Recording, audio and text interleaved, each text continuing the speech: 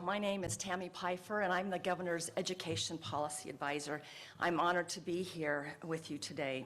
And I appreciate the Governor allowing me to take just a few minutes to share some of the thoughts on what we are seeing as schools prepare to make plans for a new school year.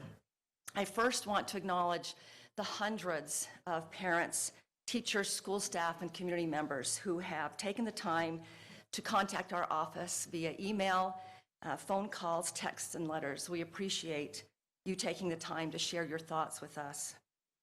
And as we have read your emails and seen posts on social media, we've worked to understand your fears and concerns. As the Governor noted in his remarks a few weeks ago, there's a great deal of uncertainty right now about how we can go about safely reopening our schools. And uncertainty can lead to fear, and fear sometimes turns to anger and division. I echo his call for patience and for grace in our interactions with one another.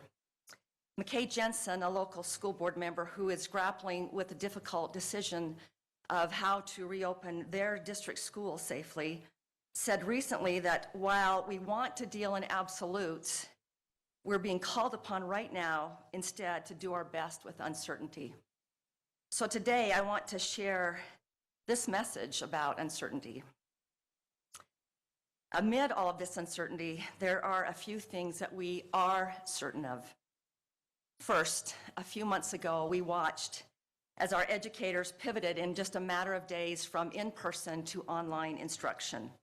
They were widely praised as heroes, and at the same time, we saw our parents who had to juggle working at home while sitting alongside their children for hours at a time, helping them complete assignments and explain math problems. Educators praised the work of our parents as they watched them take on all of these new responsibilities. There was a feeling a few months ago that we were in this together, that we were united for the sake of our students. As that early sprint has now become a marathon, I worry that some of this feeling of unity has begun to unravel. We are hearing educators labeled as lazy and paranoid. Parents are being characterized as callous and selfish, and policymakers are being called uncaring. This is wrong. The first thing that is certain is that we are still in this together. We must be in this together. We still all care about our students, and we still all need each other in order to make teaching and learning successful this fall. Governor Herbert's mantra for the past several years, which I have so appreciated, has been to unite and focus. We must continue to unite. Second, we are certain that there are no easy answers. A school board member said to us recently, "I could argue every side of this, from doing all remote learning to having students return to the classroom 5 days a week. Our school boards and charter boards have been asked to do the impossible. Local and state education leaders are feeling the weight of complex problems with seemingly impossible solutions. There is no one-size-fits-all educational approach when it comes to reopening our schools across the state. Context matters in each one of our communities. We are certain that our charter and school boards want to be responsive to their constituents, to support their educators and their staff, and to ultimately do what is best for our students. We want to thank them for being thoughtful, for the sleepless nights they've spent thinking about these issues, for the hours they've spent reading and responding to email, and for their creativity in thinking about different options.